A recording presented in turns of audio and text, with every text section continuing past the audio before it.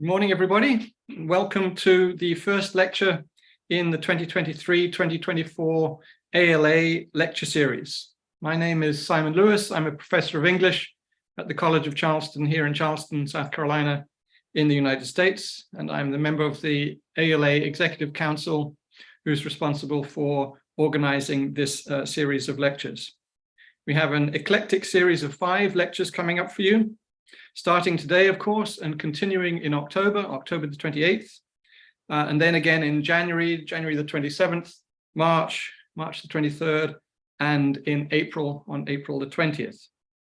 All of the lectures will take place on Saturdays at this time. That's 11 o'clock a.m. Eastern Standard Time. We hope that is not too late for viewers on the continent, nor too early for the US West Coasters. Today's opening lecture is going to be introduced and moderated by Professor Joya Urezi, who's joining us from St. Louis in the United States. You will be able to post questions and comments in the chat as the lecture is proceeding. But for right now, I'm going to hand things over to Professor Urezi, who is the current ALA president. So over to you, Joya. Hello, everyone. Good morning, good afternoon, and good evening, depending on which time zone you're on. Welcome to the ALA lecture series. Thank you, Simon, for that nice introduction. It is, of course, Simon's initiative that got this lecture series going. And I am happy to introduce our first speaker, inaugural speaker, Professor Kanika Batra. Professor Batra is Professor of English and affiliate faculty in Women's Studies at Texas Tech University here in the US. She researches and teaches transnational and queer studies, transnational feminist and queer studies, globalization, urbanization, post-colonial and comparative literature. She is the author of 3 books. The first one is Caribbean Poetry, Derek Walcott and Edward Brathwaite, that came out in 2001. Her second book was Feminist Visions and Queer Futures in Postcolonial Drama, published in 2011. And her most recent work is Worlding Postcolonial Sexualities, Publics, Counterpublics, and Human Rights, which was just recently published in 2022. In fall 24, she will be a research fellow at the Stellenbosch Institute of Advanced Studies in Cape Town. And she will be working on a project on 1960s and 1970s student-led resistance movements in South Africa and the United States. So please join me in giving a warm welcome to Professor Kanika Batra. Thank you, Joya, for that wonderful introduction. I'm delighted to be here, and I repeat Joya's greeting, good morning, good afternoon, or good evening, based on the part of the world you are joining us from. Thank you to the African Literatures Association, especially Simon Lewis, Matt Brown, and Joya Urezi for inviting me to speak in this wonderful lecture series, from which I have learned a lot over the years, and also for behind-the-scenes organizing. I am truly delighted to be here to share new work that builds on my recent book, Worlding Postcolonial Sexualities, which examined the emergence of feminist and queer activism through community publications in 3 postcolonial contexts, including South Africa. So the title of my talk today is called, Nourishing Resistance, Farms, Gardens, and Black Freedom Environments in the United States and South Africa. My previous work, including the book I recently published, has focused on the decades of the 80s and the 90s. In my ongoing research on student-led resistance movements in the American South and South Africa, I move a few decades backwards into the 60s and the 70s, a period foundational to different kinds of anti-racist, feminist, and later queer community mobilization that I've studied in this book, which was recently published. Most of us are familiar with this period of the 1960s and the 70s, often understood in the context of the 1968 moment as one of hope, resilience, and resistance against authoritarianism. During my research, I learned about small-scale farming initiatives implemented by Black freedom activists to address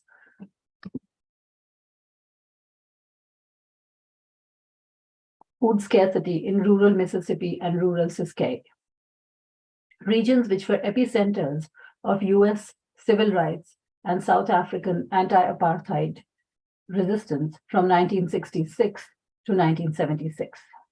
The environments in the title of my talk, therefore, refers not so much to environmentalist thinking, though of course that is implied when referring to farms and gardens, but instead to the overall climate under which forms of resistance can thrive and succeed, including freedom from hunger, disease, and malnutrition.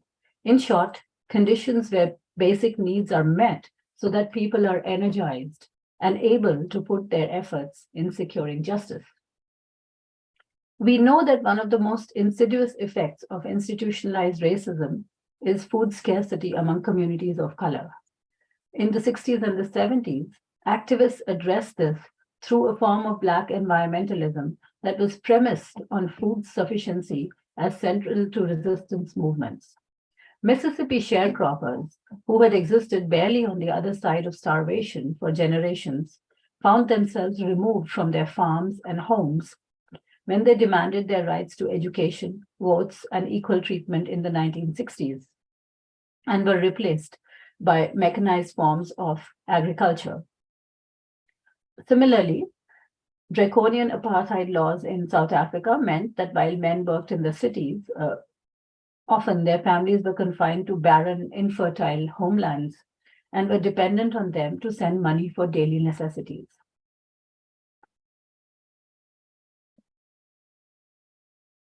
The situation became dire when some of these homelands became centers of Black resistance and employment avenues were closed to the people residing there with the implementation of the Bantu or Tribal Authority Acts of the 1950s, demanding traditional leaders' loyalty to the authorities. I focus on two initiatives.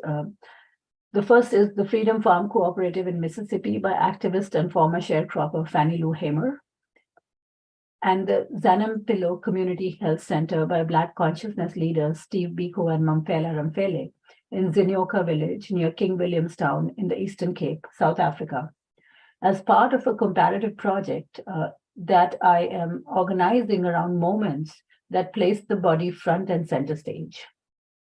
Hunger is one such moment. Song, prayer, and injury might be a few others, which allow for deep connections between these two contexts to emerge. Although the two initiatives I talk about today were not directly connected, the lives and careers of their founders indicate various ways in which small-scale farming and community gardens feed into strategies of resistance and are especially relevant to women's livelihoods and lives in times of political turmoil. This talk and the larger comparative project of which it is a part draws on autobiographical and biographical life writing of the key people involved in nourishing resistance. Additionally, it relies on historical accounts of this period, which describe these efforts. And finally, documents produced by organizations, including the Student Nonviolent Coordinating Committee Bulletin, the Student Voice, the South African Student Organization newsletter, the SASO newsletter, and its research publication, Black Review.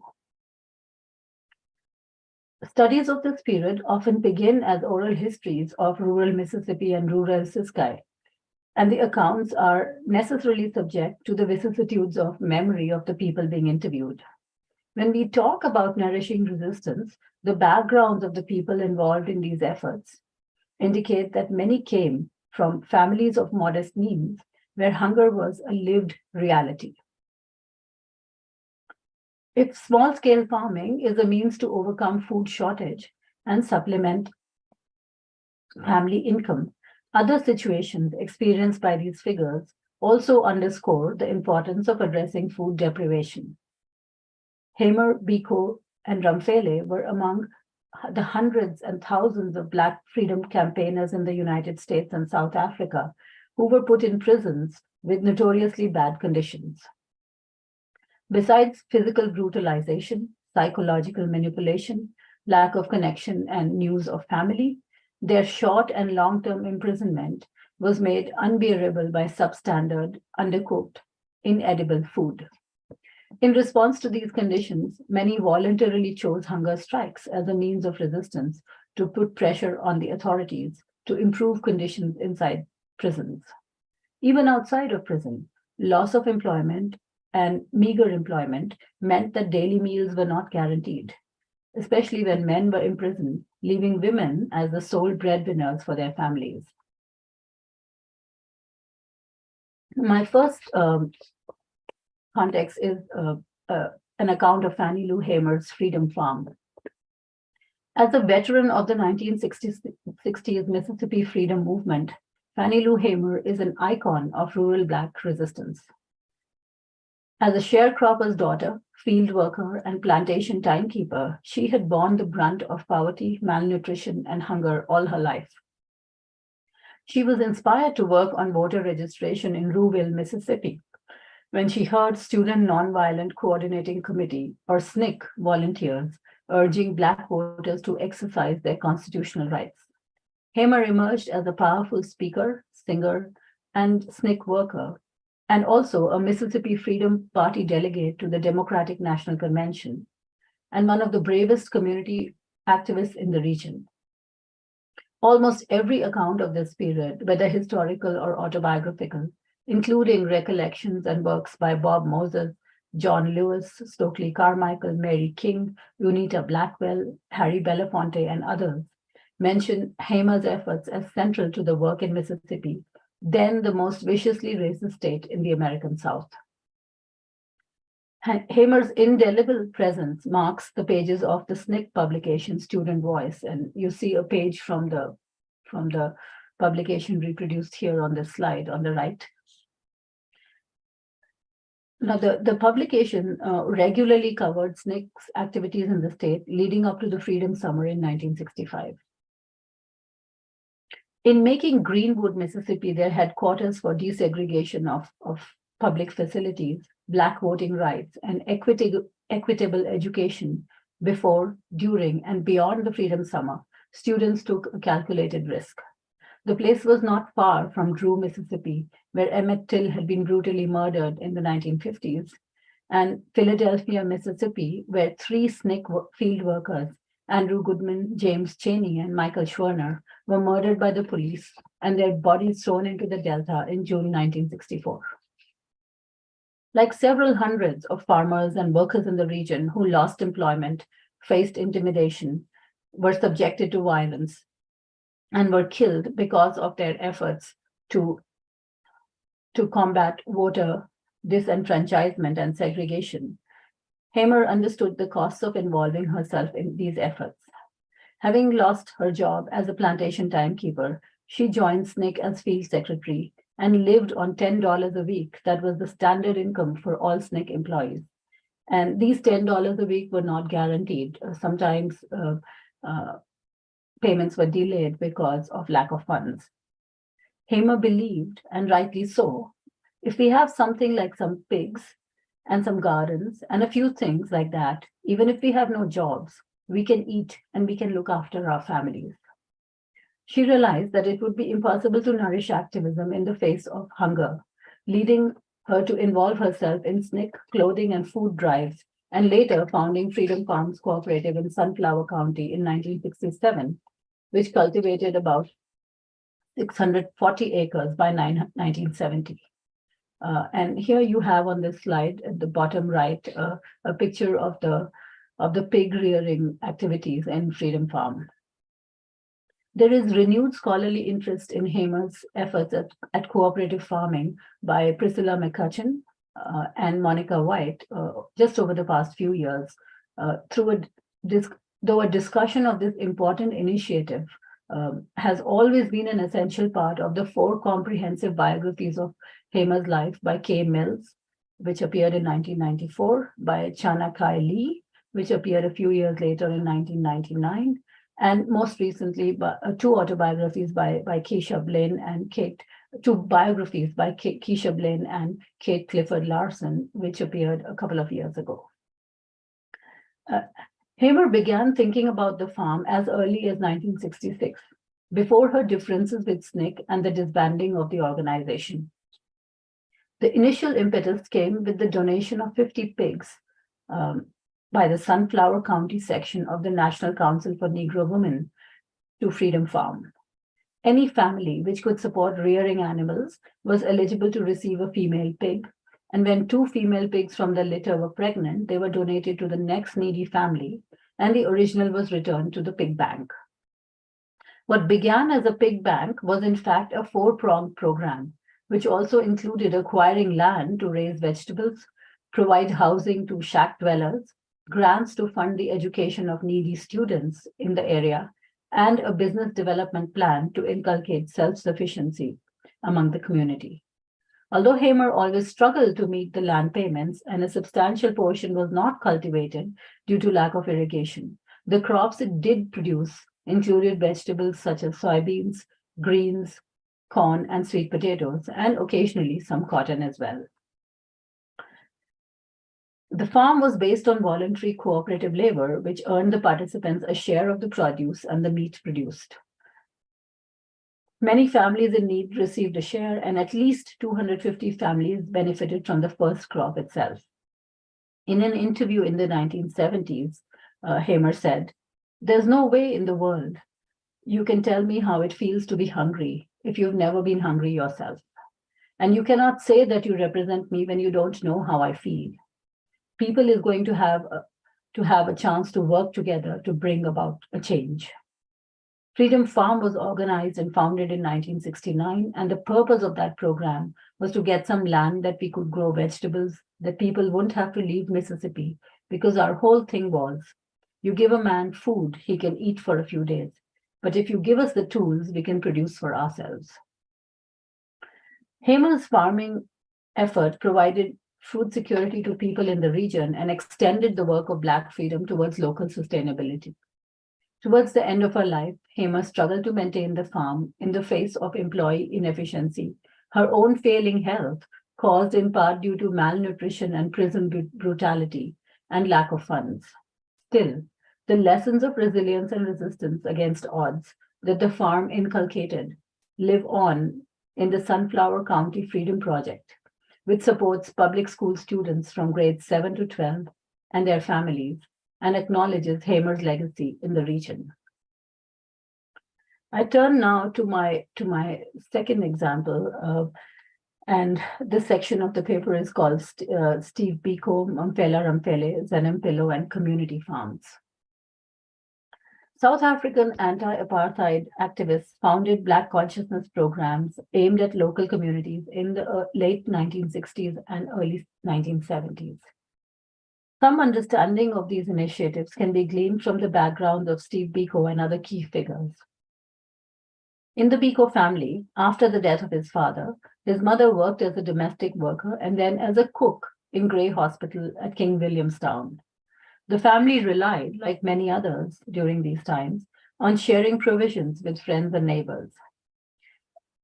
Biko's younger sister, Nobandile, remembers, "It was common then, if you did not have food, you'd go to your neighbors and they'd give you samp, beans, mealie meal, sugar in dishes, and when you had eaten, you'd just return the dishes."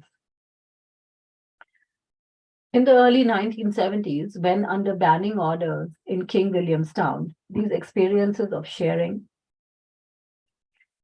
his training as a medical doctor for a few years, and experience of disease and illness among Ciskei dwellers became Biko's impetus for small-scale gardening, farming, and poultry projects attached to the Zenempilo clinic headed by Mamphela Ramphele, Biko's partner. Notably, the idea for running a clinic did not come overnight. Rather, medical students associated with SASO were already running clinics in Umtata, Inanda, and other locations. These projects were launched under the umbrella of the Black community programs led by Barney Pitiana and later Benny Kuapa to give practical effect to the philosophy of Black self-reliance, self-help, and liberation through development of the whole person, according to Ramphele. Zanampilo began operations as a community health center. With initial help from a wealthy international donor on land owned by the Anglican Church, and with regular support from the South African Council of Churches. The name Zanampilo, which means bringer of health, indicated the goals of the initiative. And here you have, on the bottom right of the slide, a picture of Ramphele treating the patients at the clinic. Leslie Hadfield's important historical research into the founding of the clinic reveals that key Black community programs personnel, including Biko Ramphele and Malusi Mupunglavana, understood the dismal medical conditions in the region, exacerbated by poverty and malnutrition. At Zanampilo, staff investigated the root causes of health problems to connect the illness of patients to their environment, especially food scarcity within the community. One instance was the high incidence of kwashiorkor among children. To address this, the clinic staff provided food rations for children and taught the women new farming and gardening techniques. The clinic not only catered to medical concerns, but also improved the physical health of people by helping residents feed their families and educate their children. Among its initiatives was a grocery bulk buying scheme, a soup kitchen, and chicken raising cooperative to sell eggs locally. The garden behind the clinic provided food for patients and staff and a place to teach gardening techniques. According to Sam Moodley, who was involved in Black consciousness activism in these years, Biko encouraged the setting up of farms where sorghum, mealies, peas, cabbage were planted. The farms supplied the clinics, that was the start to market gardening, leading women to become self-sufficient in meeting their food requirements. Summing up the project many years later, in a piece on Black consciousness and development, Ramphele said, "All of us involved in the project wanted to ensure that Zanampilo became not just a success as a place of healing, but also a concrete model of basic minimum facilities which Black people regarded as acceptable for themselves. Much attention was devoted to providing and maintaining cleanliness inside and outside the premises, space and privacy for individuals, good quality food for inpatients, and reasonable wages for maintenance staff, as well as treating patients with respect for their dignity as people." Much of this work was undertaken with the support of the Border Council of Churches operating in Ciskei, which ran gardening and cottage industry projects as cooperatives to help small groups of people build self-sufficiency. The projects also provided food and clothing relief programs and a dependence conference to help relatives of political prisoners pay for their education and other needs. This experience was replicated at the Zanampilo Clinic in Natal at the Adams Mission Station, where Steve Biko had been educated. Taking advantage of the fertile land in Durban, experimental or demonstration gardens were established for community members. Zanampilo also included an animal husbandry section, a workshop, and a market stall for the other programs the center would house in addition to the clinic. In the 1975 issue of Black Review, the research publication arising out of SASO, there is an outline of a philosophy of Black communalism that describes broadly the thinking behind these farming and gardening enterprises.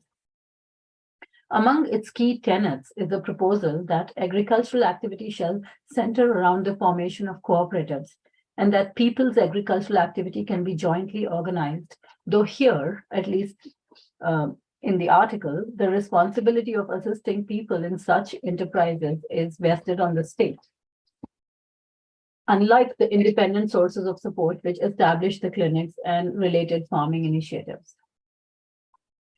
Both projects, therefore, as you can see, Danim Pillow as well as Solemn Pillow, provided food and economic support to residents who openly or covertly assisted anti-apartheid efforts in Ciskei and Natal. Details of these programs can be found in historical studies and in Black consciousness women's life writing, including Mpela Rampele's A Life and BC publications such as Black Review, and also Black Viewpoint. I believe only one issue of Black Viewpoint was published. The 1974 issue of Black Review covers some of the home industries to mention how they provide gainful employment to destitute people and encourage them to exploit their natural resources where opportunities for work are hard to come by. Over the next few months, I plan to interview some of the key people involved in these projects in South Africa who are now in their 70s and 80s.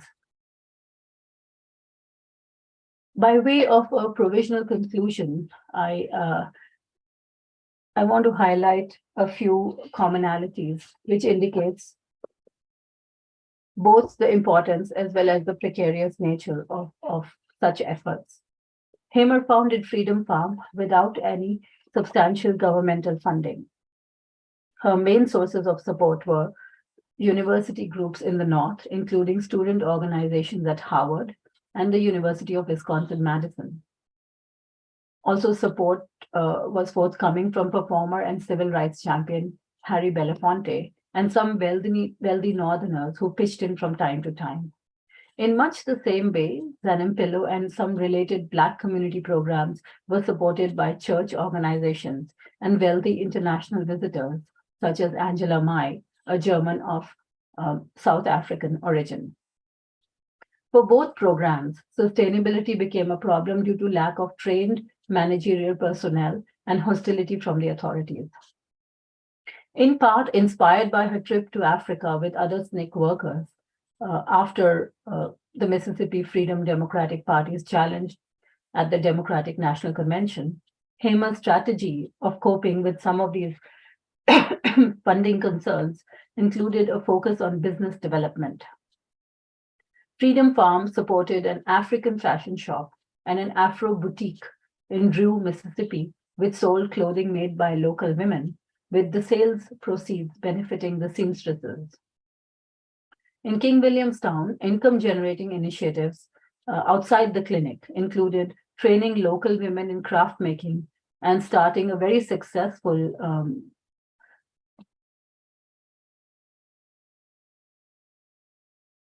leather factory, which was called the Najwaksa Home Industry, which provided employment to women in the region, producing belts, handbags, horse saddles, sandals, and shoes. In sum, community farms and local gardeners, though extremely crucial to the work of Black freedom, never produced enough employment or income to be self-sustaining. What they did do, most importantly, was to ensure that women in Ciskei and Sunflower County had opportunities to cultivate skills in food production to feed their families and in income-generating projects that, in many cases, sustained the families they led. Demographic factors of male migration and female-headed families therefore made these projects of nourishing Black freedom a feminist one as well. I thank you for listening and I welcome any questions.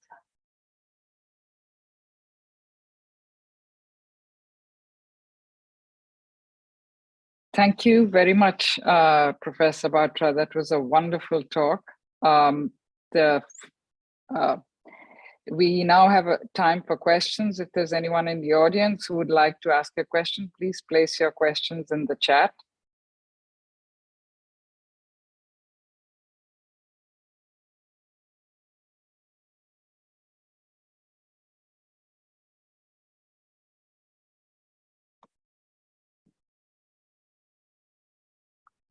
Well, while we're waiting for people to post questions, I had several questions, so I'll start us off, I guess. I think you mentioned in your talk that at least the farm in Mississippi is still, oh,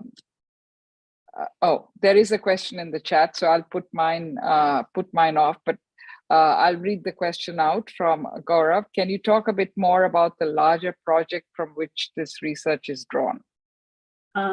Thank you, Gaurav, for that question.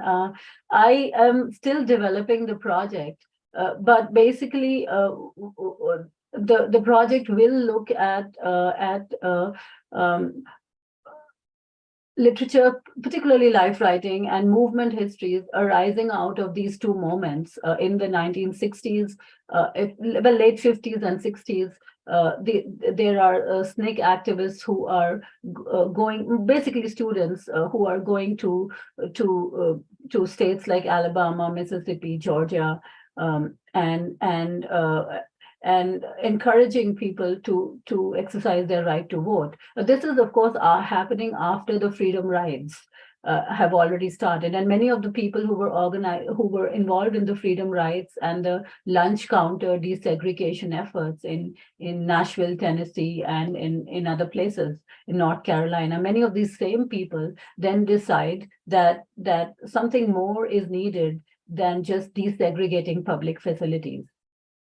And so they, in particular, Bob Moses, who was a mathematics teacher, he decides to go and start this initiative to register people to vote, goes from door to door and encourages people to do so. This is after the formation of SNCC as an organization under the leadership of Ella Baker, who was first involved with Martin Luther King's organization, the Southern Christian Leadership Conference, but then decides to hold a conference at Shaw University and bring these students who are involved in these efforts, whether sit-ins or freedom rides or voter registrations scattered in various places, brings them together and encourages them to form an organization of their own, which then comes to be known as SNCC. And once the organization is formed under Baker's leadership, the student field workers fan out in various southern states. But the resistance they encounter in Mississippi is nothing like they encounter elsewhere. I mean, of course, it's pretty brutal in Alabama and in Georgia, of course. But the extent of racism and the extent of exploitation and poverty and hunger in Mississippi is not something these students have ever witnessed.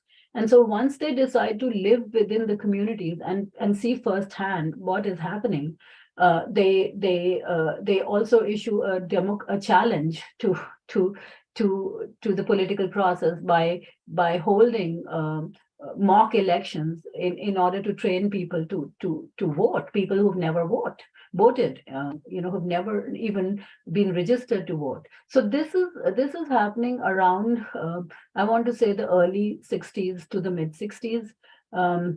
Key people involved are John Lewis and Stokely Carmichael and Bob Moses and others. Of course, rural folk like Fannie Lou Hamer and Unita Blackwell, Victoria Gray, and Devine and others are crucial to these efforts, because there's without the assistance of these local Mississippi dwellers and local Southern dwellers, nothing really can happen.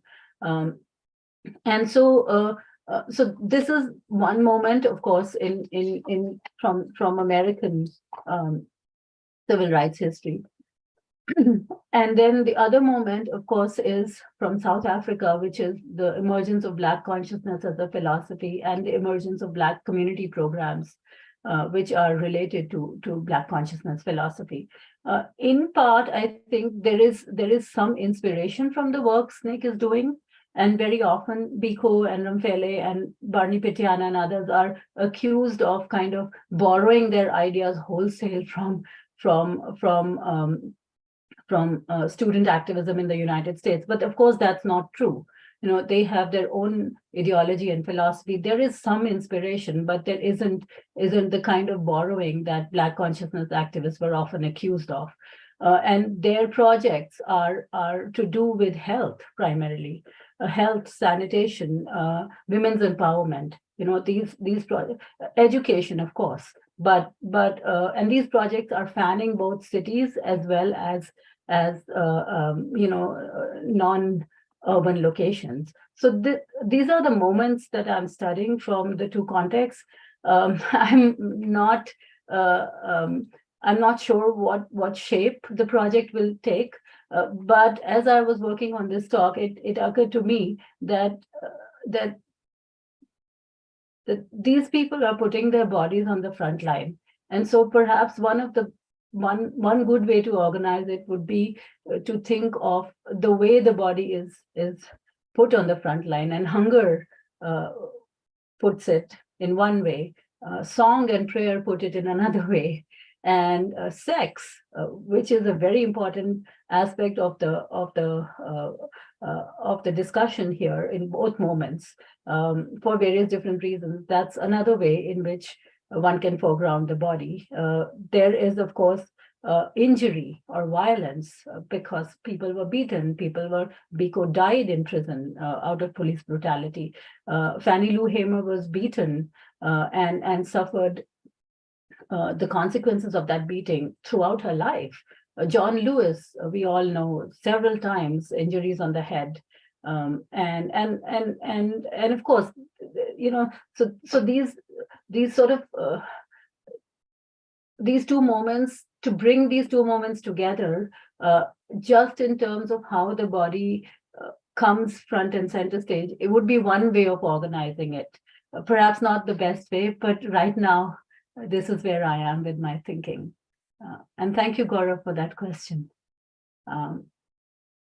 And Simon has a question about the differences between South Africa and the US, and the gender impact of South Africa's labor and migrancy laws. Yes, absolutely. And of course, fiction is a great resource here about the effects of that migrancy on women left behind in rural areas.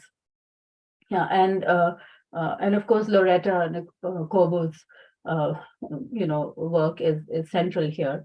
Loretta Nakobo also has a anthology or a collection of South African women's writing arising out of this moment, particularly women who were in exile during this period. And so thank you, Simon, for that wonderful reference. And certainly that's likely to be some part of the project as well. Yeah, so South Africa's labor and migrancy laws, the effects are actually seen firsthand in the period that I talked about in Ciskei. So much poverty and so much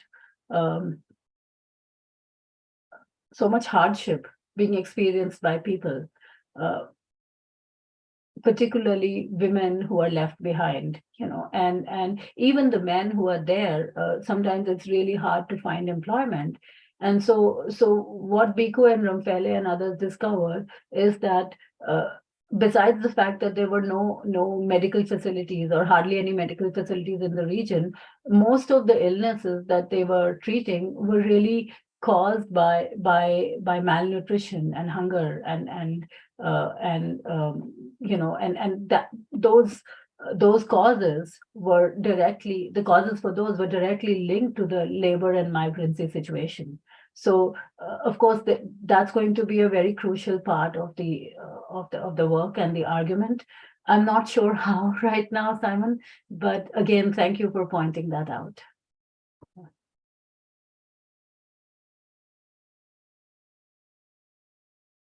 I think so. There's a question from Ketu Katrak.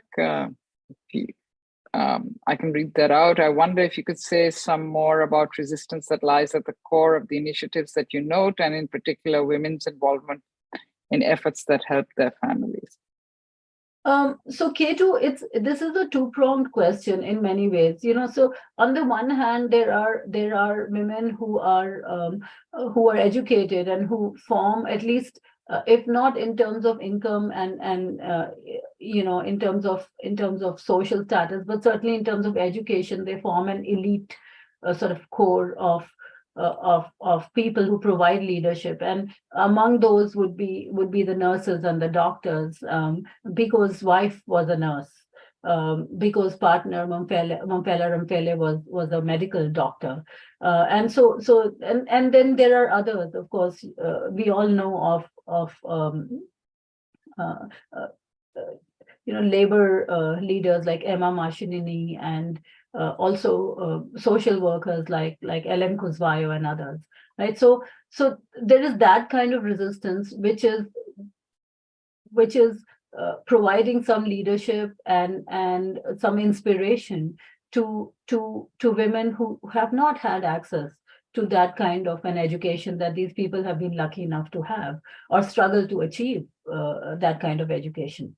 And so there is, that's one kind of resistance. And the other kind of resistance is just ordinary folk, who try to help their families, of course, but also other families as best as they can. And there's a lot of that in the life narratives of this period. So there is a student leader whose autobiography is called Open Earth and Black Roses. And of course, the open earth refers to the graves of the children and the people, the activists who were murdered by the apartheid authorities.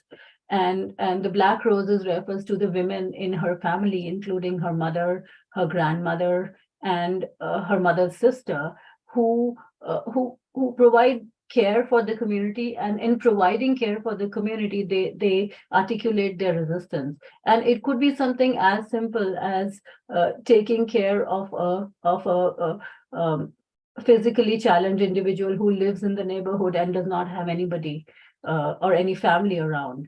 Or it could be just sharing food with the neighbors, or minding their children when there's nobody around to take care of them. So the forms of resistance that we are talking about here can be expressed in multiple ways, in terms of leadership, such as the effort that I outlined today, which is setting up a clinic and training people to cultivate food.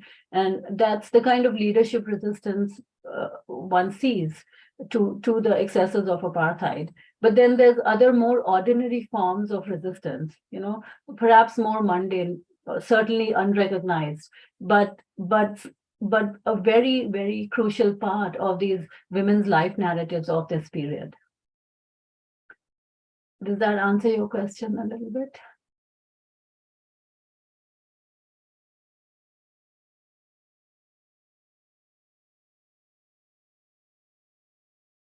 Okay, so there's another question from Estelle Finley.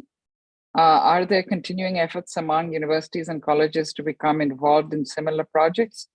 How can contact be made with them if there are, in fact, some? So, of course, the obvious connection would be in the South African context would be the Rhodes Must Fall and the Fees Must Fall movements and the legacies of those efforts, right? And when I read about some of those efforts, I do see, and the leaders have acknowledged the influence of Black consciousness philosophy there as well. So one of the things which emerged was that it's not just the students who are facing the brunt of rising expenses and rising fees and structural racism within institutions, but also the service workers in the universities, in South African universities, as also the staff in the university. So there are common causes to be made there, and the student leaders in many cases did make that common cause and did put forward a united front in combating what they perceived as structural racism and structural inequities in the university system. So I think I'm not sure how contact can be made with them, but I will say that there are plenty of there's plenty of information and resources available online. And I'm sure there's information available about the key people involved and who have continued to be involved in these projects. And certainly, I'm sure they would welcome contact and affiliation from folks who are interested. This is in the South African context. But of course, we also know that structural racism lies at the heart of many institutions in the United States. Uh, Not just structural racism, but also efforts to deny the historical conditions from which certain universities have benefited and also continue to benefit. And so in states like Florida and Texas, even the effort to deny students a, a quality education which informs them accurately about their own history. So one can begin in small ways. One can, of course, begin at the classroom level, and one can also, start reading groups or discussions, or assist students who might be facing concerns. As teachers, we are in a somewhat more privileged and empowered position than many of our students who sometimes don't really know where to turn to. To become involved in projects like this, I think it's okay to begin small. It's okay to begin from the classroom or outside the classroom if somebody contacts you, and then take it from there.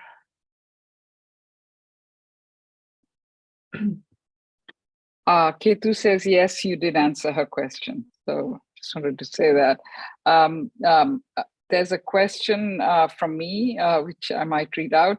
I wonder if you can talk about your methodology and sources. What were your sources, primarily newspapers and NGO or church archives? What did you look for? Were they links between food and resistance? And any theorists who have talked about those links between food and resistance, but in other contexts? Yes, Joya, a very good but also a difficult question to answer. I'll try my best here.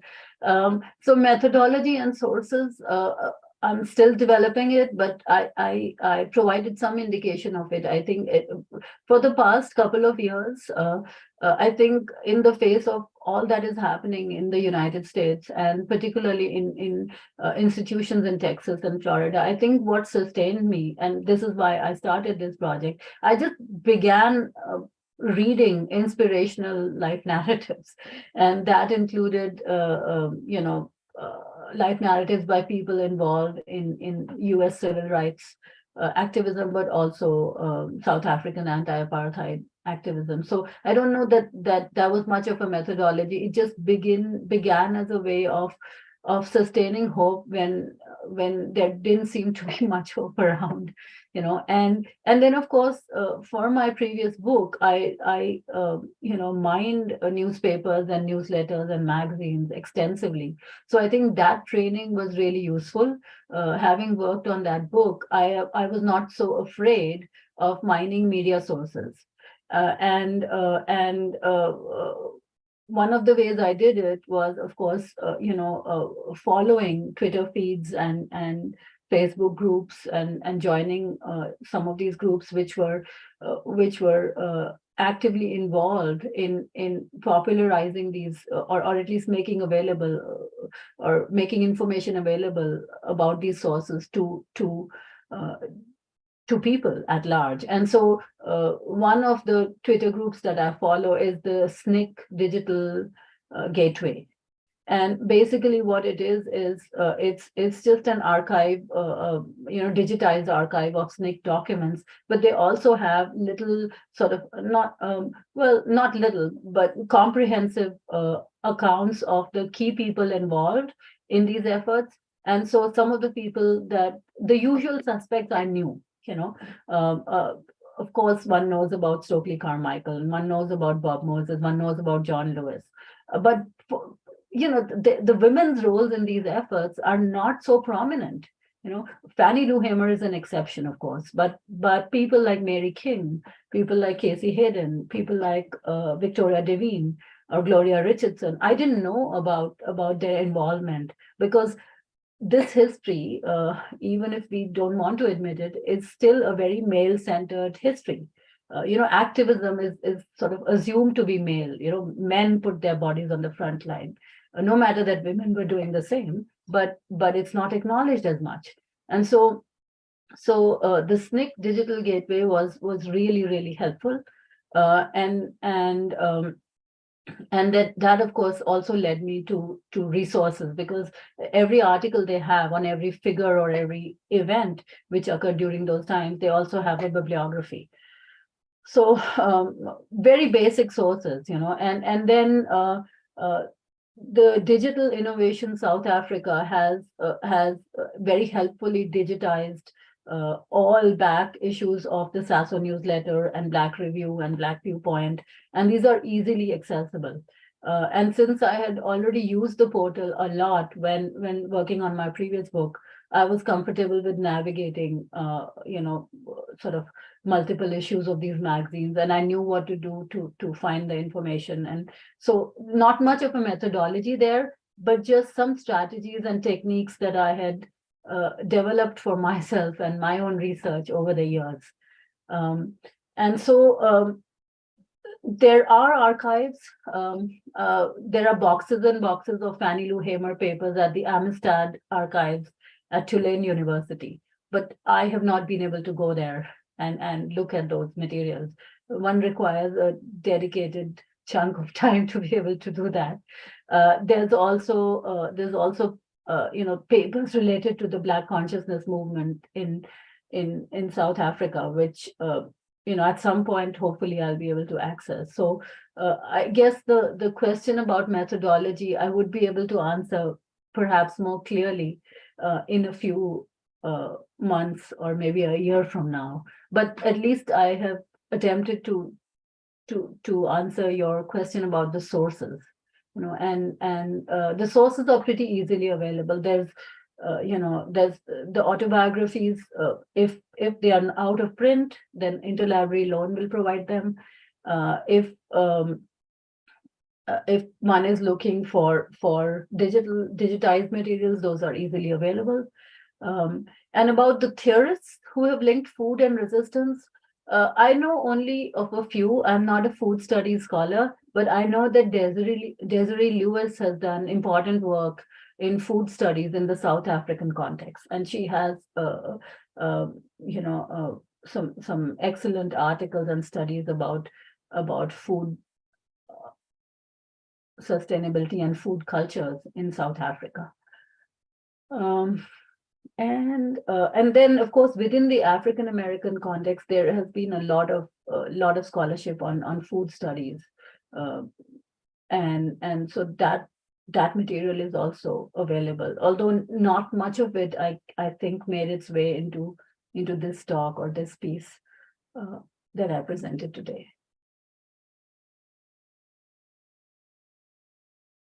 Thank you, Kanika. Simon Lewis asks a question: if you are in fact interested in extending your study to include Bessie Head and Botswana as reflected in When Rain Clouds Gather.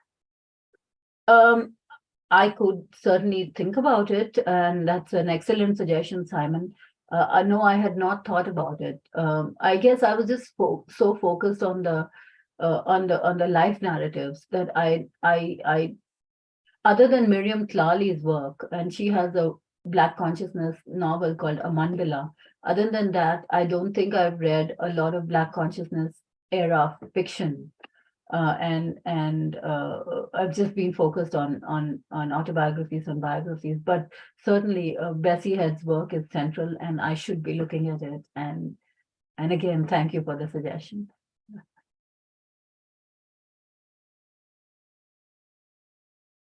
Just to note that both Gaurav Desai and Estelle Finley say thank you for answering their questions. There is another question from Bhavana Pillai, who says, can you please tell us something about how these activists use their life writings besides their activist project towards their activism? So in other words, how do they use their writing, I guess, as tools of activism?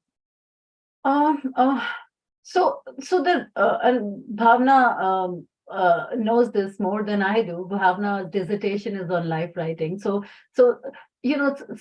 many of these activists are recollecting their years in the movement and their years in activism, and making sense of it sometimes decades after that involvement has ended.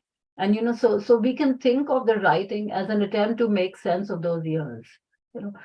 And there is, of course, you can see two primary affects in those recollections. One is, of course, optimism and the energy of the youth that they were when they were involved in these efforts. And then on the other hand, another aspect is despondency and despair, right? Just to give you an example, Mary King, who woman rather, the SNCC Georgia offices and handled media communication, has a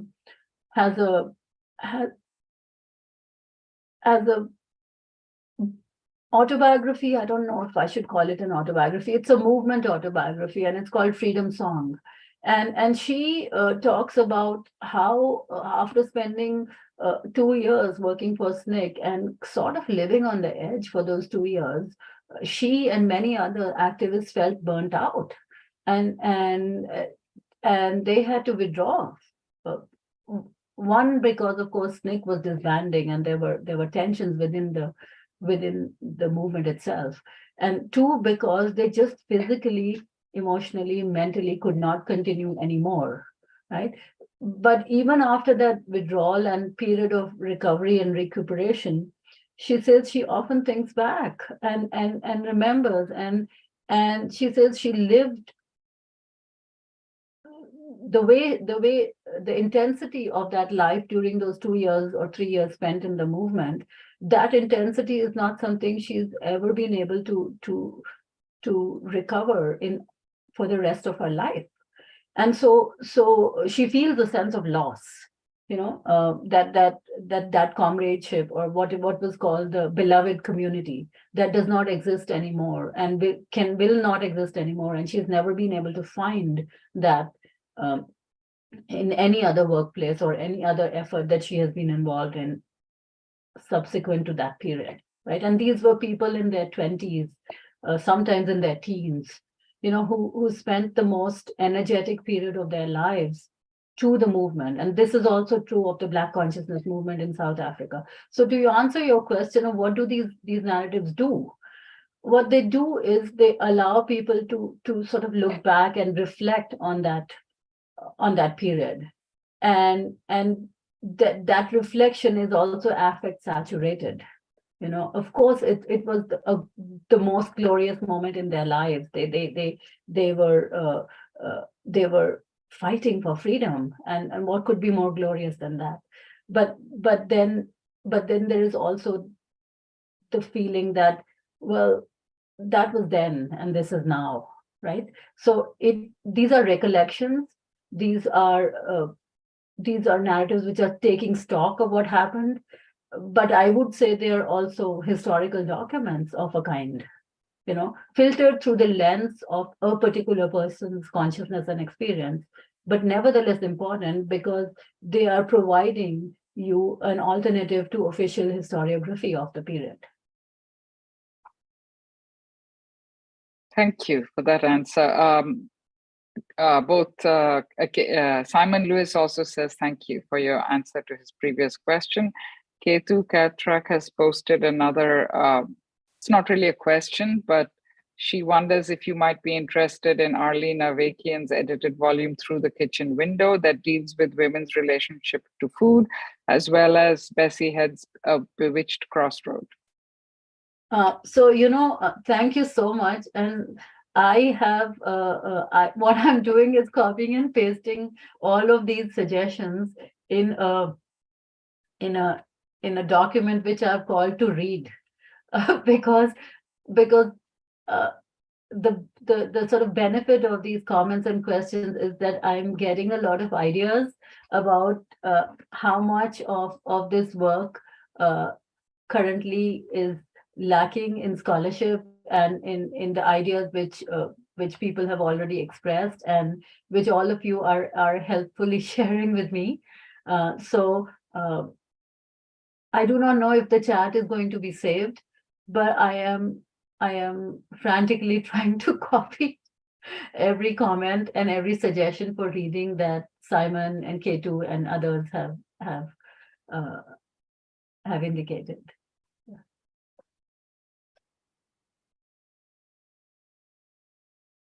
I believe, yes, Simon says he's going to post a few more things in the chat, but since there seems to be a lull in the questions, I thought I'd also ask you, can you say a little more about, I think you mentioned that one of these, the farms you mentioned in your talk is still survives and maybe has changed focus.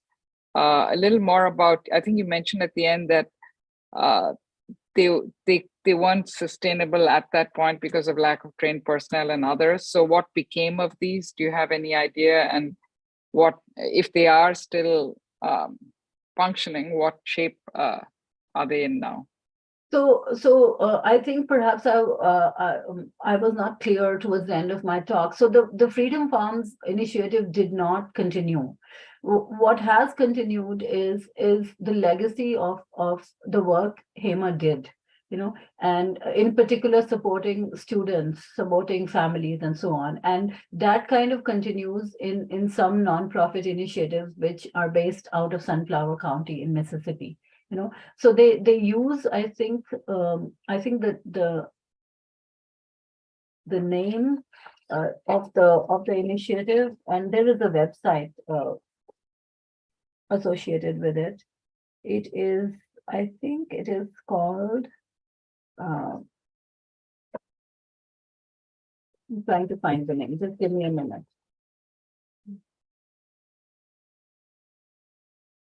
It's called Sunflower County Freedom Project.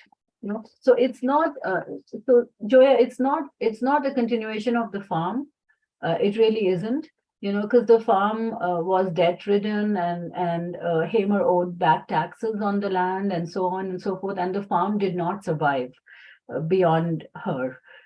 There were attempts to make it last, but it didn't really work out.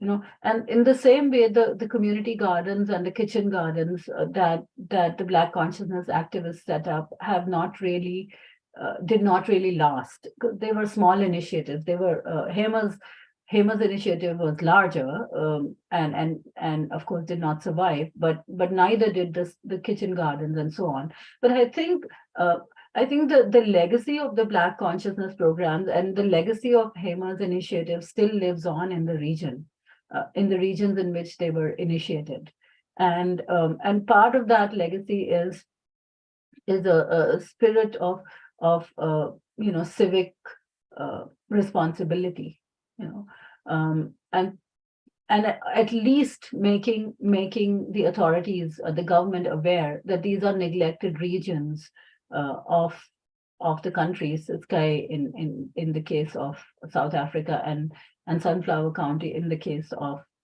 Hamer. So that these neglected regions need more resources and more attention.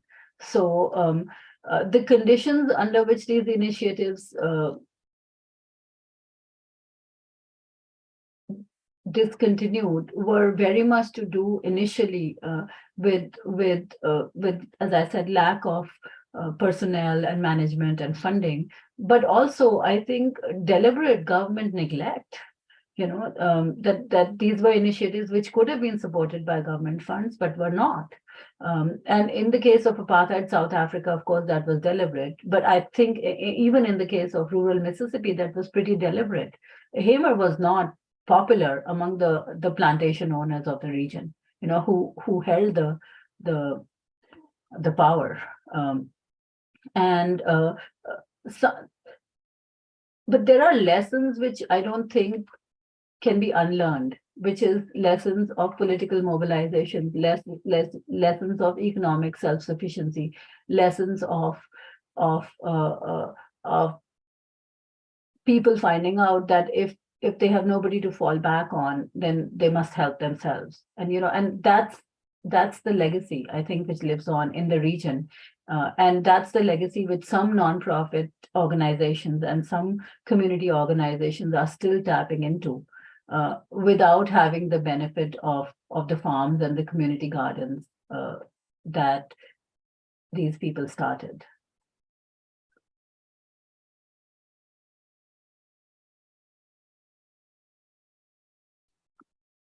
I think that's most of the questions. I don't see any new ones. So maybe I'll ask us to possibly wrap up now. We are a little early, but in the absence of more questions, from my end, I did want to thank you very much, Professor Batra, for your wonderful talk.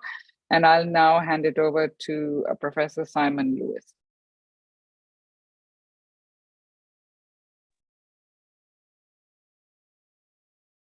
Thank you indeed, Dr. Uraisi, and thank you, Dr. Batra, for a wonderful inaugural lecture in this year's series. Terrific. Thank you, everybody watching. Thank you also to Matt Brown in the back office and Lexi Langendorf and Michael Oshindoro for keeping us on time and making sure that we had all the questions promoted and so on and so forth.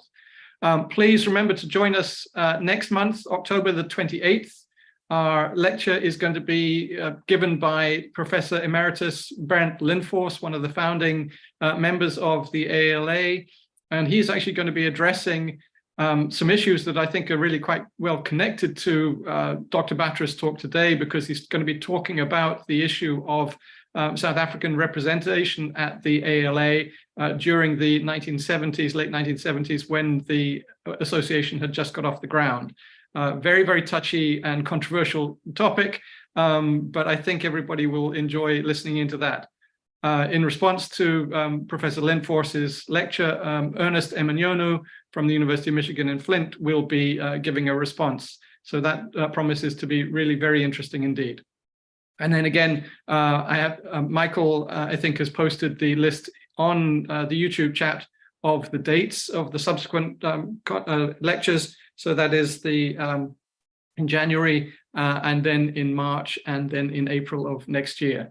But please do join us again, October the 28th, 2023, for Bernd Lindfors and Ernest Emanyonu. And until then, thank you very much again to Dr. Batra and Dr. Uraisi and everybody here in the ALA studios, as it were. And we look forward to seeing you again in October. Thank you all very much indeed, and farewell. Thank you, everyone, for being patient with my talk. Thank you.